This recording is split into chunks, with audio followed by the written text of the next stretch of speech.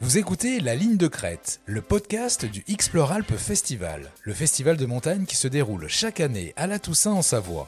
Réalisateurs, protagonistes, aventuriers, rencontrez celles et ceux qui font l'aventure.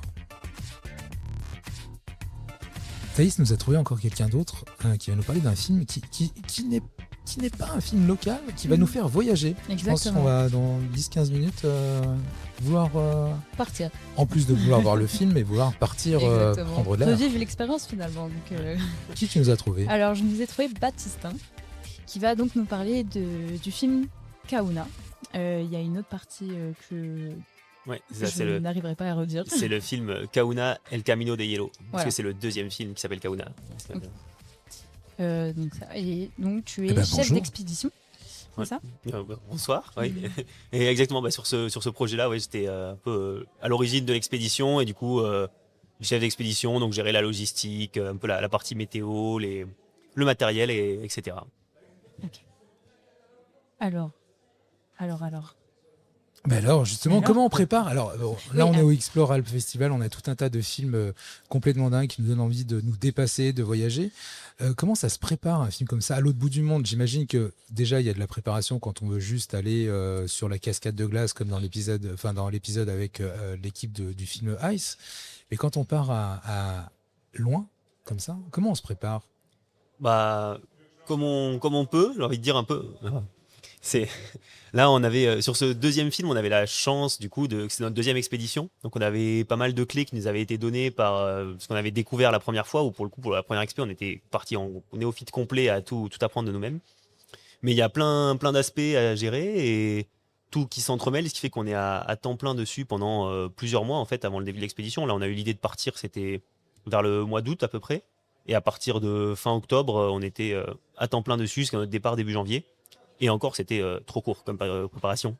Il y a plein de choses qu'on n'a pas pu régler complètement avant de partir, des sponsors qu'on n'a pas fini de boucler, ce genre de choses.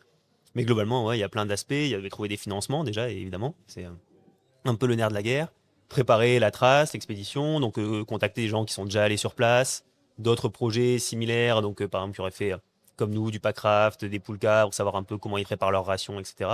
Préparer le matériel, si possible, aller le tester dans des conditions plus safe que l'expédition, dans station de ski par exemple, ce genre de choses. Et puis après, prendre les billets et aller sur place et espérer que nos bagages arrivent. Et puis s'engager dans l'expédition. Alors là, tu m'as perdu avec le mot packraft. Oui, c'est ce que j'avais C'est posé quoi comme question. Parce que, Alors depuis tout à l'heure, tout le monde prend les questions-réponses de Thaïs. Un peu. Ouais. C'est quoi le packraft? Alors, le craft maintenant, c'est en train de devenir vachement à la mode pour les expéditions. En gros, c'est très pratique. C'est comme un. Ouais. Ok. Ouais, donc le packraft, c'est un outil qui est en train de devenir vachement à la mode maintenant pour les expéditions. C'est un kayak, mais gonflable, mais qui a des très bonnes propriétés. En fait, maintenant, les fabricants font des vraiment beaux objets qui font qu'on, dans quelque chose qui prend la place, une fois dégonflé, d'un duvet à peu près, qui fait 4-5 kilos, on peut naviguer jusqu'à des gros rapides, quoi. Genre, nous, on était un peu limité par le fait qu'on avait à peu près 100 kilos de chargement sur le packraft, ce qui nous rendait un peu des gros veaux sur le fleuve pour naviguer. Mais ouais, on peut naviguer dans des rapides, passer des petits sauts, etc. Et ça donc offre plein d'opportunités de mobilité pour les expéditions qui veulent allier les disciplines un peu en autonomie sans avoir à porter un kayak sur le dos, quoi. Ce qui est un peu encombrant. Et vous étiez 4, c'est ça? 4 aventuriers? Exactement, ouais. Et il y avait beaucoup de matériel, non? Je crois que c'est 400, Ouais. 400. Ah bah à peu près, au total, si on arrondit, c'est à peu près 400 kilos. Mhm. En fait, on était que 2 sur la première partie en packraft Ok. parce que les autres gars pouvaient pas nous rejoindre plus tôt et puis c'était des galères de matériel, etc. Et donc nous, on avait à peu près 200 kilos, c'est-à-dire si on fait grosse maille, il y a à peu près 20-30 kilos de nourriture. Rien que, en fait, il faut 50 jours de nourriture d'autonomie. Alors même si c'est du liof et et des pâtes et du déshydraté, ça fait lourd. Et puis plein de matériel, parce qu'il y avait du matériel à la fois d'alpinisme, de glace et donc la partie matériel de packraft. Et ainsi qu'un peu de matériel pour les expériences scientifiques, dont je pense qu'on parlera après.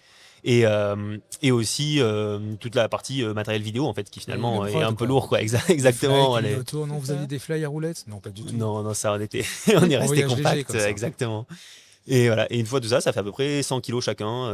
Et les autres gars nous ont rejoints avec moins de matos de packraft, mais du plus gros matos vidéo. Du coup, c'était à 100 kilos aussi de Ouais. leur côté. Bah, c'est impressionnant quand on entend ça parce que Bah, c'est énorme. Ah bah surtout nous, on sur voit le que pour glacier, venir à enfin, Bourg-Saint-Maurice faire des ouais. lives radio, des diffusions YouTube, on remplit Une voiture. complète. bah, alors à Et on se 4, dit que et pour réaliser un film, on a Ouais. quand même besoin d'un peu de matériel. Ça vient d'où cette idée de nous raconter cette histoire? oui.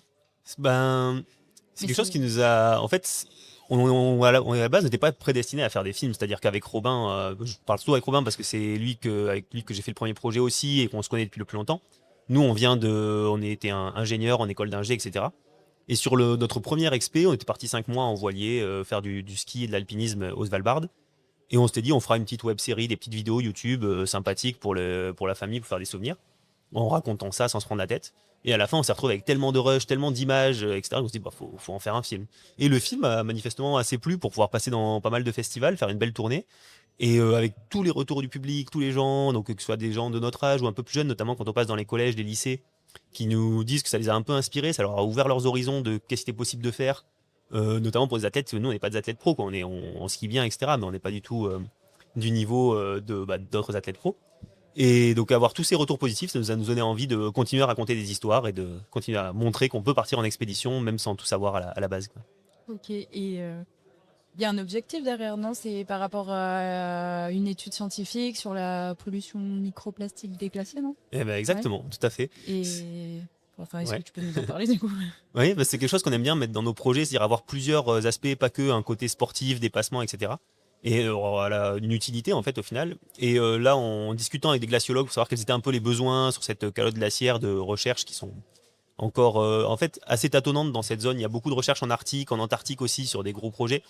Mais le champ de glace de Patagonie, il est un peu délaissé finalement par les expéditions, en tout cas scientifiques. Et donc, ils nous ont demandé de faire des relevés de neige. Alors, on était aussi bien conditionnés par nos capacités, c'est-à-dire qu'on ne pouvait pas prendre des traîneaux de 15 kilos uniquement dédiés à pouvoir faire des relevés. Donc, en fait, on a relevé de la neige de surface qu'on a mis dans des échantillons scellés, etc., avec aussi des échantillons témoins à côté. Et ensuite, ils ont été analysés à notre retour dans le labo de glaciologie des Chiliens pour voir s'il y avait des traces de microplastiques, justement, ce qui sont des pollutions qui en fait sont amenées par le vent ou par des déchets qui peuvent rouler et se trimballer, mais qui ensuite vont affecter les communautés biologiques locales en passant dans les rivières et puis tout le bassin d'irrigation qui est en dessous de cette énorme calotte glaciaire. Voilà, et du coup, au niveau des résultats, c'était une étude qui était très prospective, c'est-à-dire que nous, on a fait un petit relevé dans une zone, c'était éparpillé sur le long de la zone, mais de notre trace, mais c'était des petits relevés. Il y a eu quelques traces de microplastique dedans, donc ça donne en tout cas des arguments aux scientifiques locaux de dire effectivement le problème est probablement réel.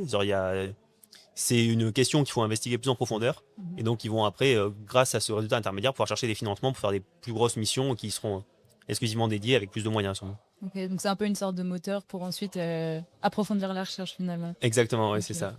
Et est-ce que tu as un petit secret de tournage, peut-être à nous partager, une expérience, quelque chose qui t'a marqué?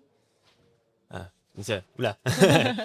Je Ah, nous, on réfléchis, aime les Ah, indiscrétions nous, avec ouais. les équipes de tournage. Nous voulons savoir. On aime. Est-ce que vous avez voulu Ouais. abandonner à un moment donné? Vous avez dit Ouais. non, on continue parce qu'à un moment donné, Bah. quand même, tu me parles d'un kayak gonflable. Après, tu as dit marche à pied et puis tu as Puis dit ski oui, on sait aussi. bien skier. On fait une étude scientifique. À un moment donné, on a Oui, du alors, mal il y avait- à continuer. Tu as parlé de Ouais. dépassement de soi aussi, de Mm. sensibilisation. Bah, aux jeunes. C'est un peu notamment, en ce que- fait, finalement, l'expédition, un des principaux points qui est, je trouve, intéressant dans le film, c'est qu'on n'arrive pas au bout de l'expédition. C'est-à-dire qu'on avait une trace qui était de prévoir de traverser tout le champ de glace, de monter dessus depuis un côté, traverser sur tout le haut de la calotte sur quelques centaines de kilomètres et redescendre de l'autre côté. Et en fait, finalement, il y avait trop de crevasses. En fait, vu qu'on était là-bas en été, donc en été austral, il y a eu beaucoup de pluie cette saison, de manière inattendue par rapport aux autres années. Donc nous, on s'est retrouvés à la fois dans des conditions difficiles parce qu'on était très mouillés de notre côté, et en plus, les crevasses étaient beaucoup plus ouvertes que prévu, sur des zones qui n'étaient pas cartographiées, ou du moins où les scientifiques locaux croyaient qu'il n'y avait pas de crevasses, et là, les ponts de neige s'effondraient. Et donc, on a passé beaucoup de temps à se poser des questions, justement, au fur et à mesure de notre avancée, quand il y avait du brouillard, ce genre de choses, est-ce que c'est des risques qui sont pertinents à prendre, est-ce que ça vaut toujours le coup de continuer. Et finalement, en fait, un des points finaux de l'expédition, c'est qu'après plusieurs jours à continuer d'avancer en prenant de plus en plus de risques, on arrive à un abri scientifique qui était abandonné, mais on savait qu'il était là. On y passe 4-5 jours pendant qu'il y a une tempête pour réfléchir un peu, faire le point entre nous. Et on se dit, bon, en fait, là, on est en train de trop pousser les curseurs, quoi. C'est pas un exemple. Voilà, il y a à la fois le côté, c'est pas quelque chose qu'il faut montrer dans le film, puis même ça va mal finir pour nous, quoi. Donc, quand on repart, on attend qu'il y ait du beau temps cette fois-ci pour repartir. On voit que le plan B de sortie du glacier plutôt que prévu était aussi beaucoup trop crevassé.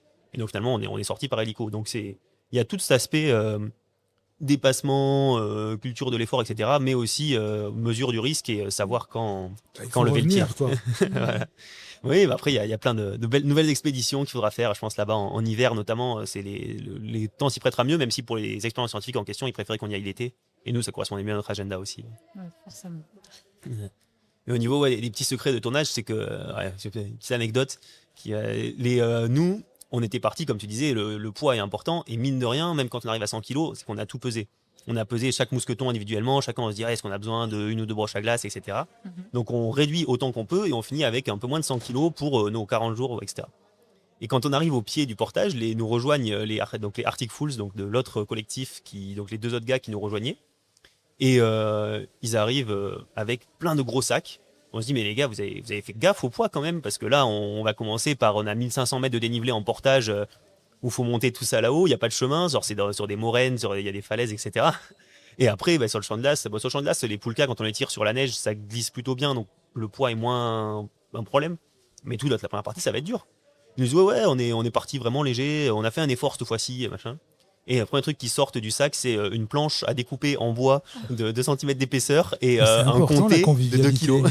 Après l'effort, le réconfort. Ouais, exactement. La convivialité. Donc sur le coup, on a un peu serré les dents avec Robin, et puis finalement, quand même, quand tous les soirs, il nous sortait des petits bouts de comté coupés sur la planche en bois, on disait que ça valait le coup. Tu as dit tout à l'heure, c'est le deuxième, Kauna et le Camino de Hielo. Exactement.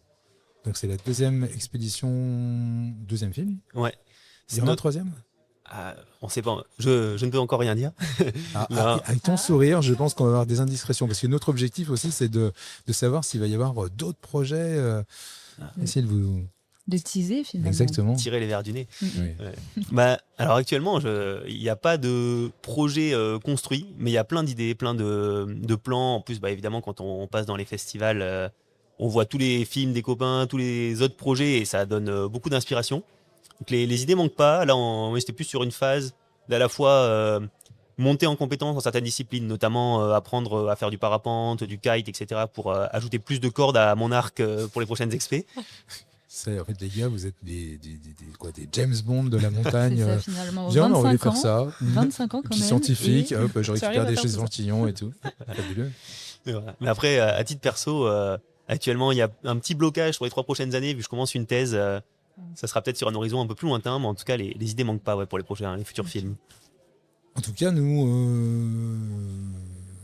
on va vous suivre. Ouais. Merci. On a hâte. Ouais. Non. Ouais. Eh ben, merci. Est-ce qu'il y a un truc à rajouter? Ça, comme on est en direct, on n'a ni travaillé nos intros, ni travaillé nos outros. C'est complètement live. Ouais. Non, moi, je sais pas. En ce moment, tu vois, si vous êtes curieux, il y a Robin donc de l'Expé. Donc moi, je suis au festival. Robin, lui, il est dans la jungle, en Guyane.